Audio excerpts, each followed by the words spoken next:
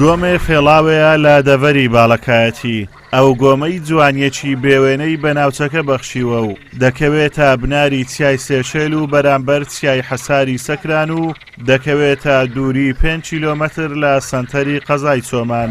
ناونانی ئەو گۆمەش بە فێڵاو دەگەڕێتەوە بۆ دەرکەوتنی سروشتی دەوروبەر لە شاخ و داری ناوچەکە لە نێو گۆمەکە، بۆیە ناویان ناوە گۆمێ فێڵاوێ. گۆمی فێڵاو بەتایبەت لە وەرزی بەهار و ئەو وەرزەی کە دەشت و دەرسەوزە بێ جوانیەکی زۆر تایبەتی هەیە، چونکە هەم ئەو بەفرەی لە بەرامبەریدایە لە ناو گۆمەکە دەرەچێت و ئەو سەوزایی کە هەشە لە ناو گۆمەکە دەرەچێت، ئەمە جوانیەکی زۆر زۆر زۆر زۆر پیشانی ئەو کەسانەدا کە سەردانی ئەکەن.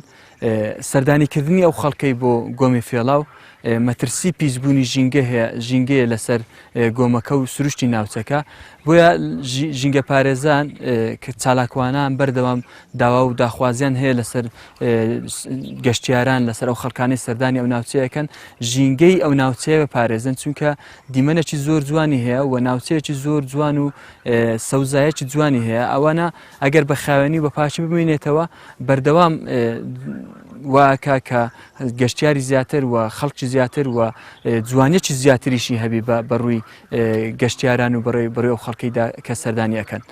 جوانی و پێنچی ناوچەکە و سەرنجڕاشێشی گۆمەکە وای کردووە گەشتیاران لە ناوچە جیاجیەکانی کوردستان بەردەوام سەردانی ناوچەکە بکەن و بۆ تاوێک پشوو بدەن و وێنەی یادگاری بگرن.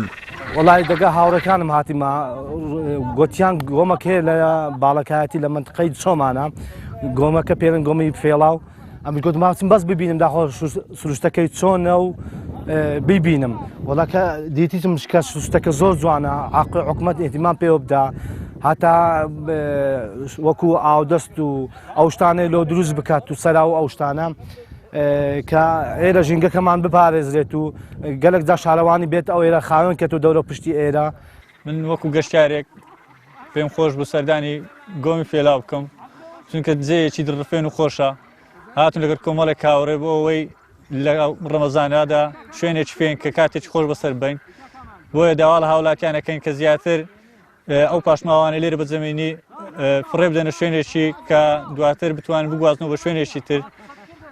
داوا لە حکوومەتی هەرێمی کوردستانەکەم کە ڕێگایەکە وەکو پێویست نییە ڕێگاوانەکەن بۆ چاپکە، شوێنێکی خۆشە فێنکە دڕفێنە، خاستن لە مانجی ڕەمەزانی پیرۆزدا بە پێویستە زانی سەردانی ئەو شوێنە فێنکانە بکەن بۆ ئەوەی کاتێکی خۆش لێ بەسەر بین لەگەر برادەرە.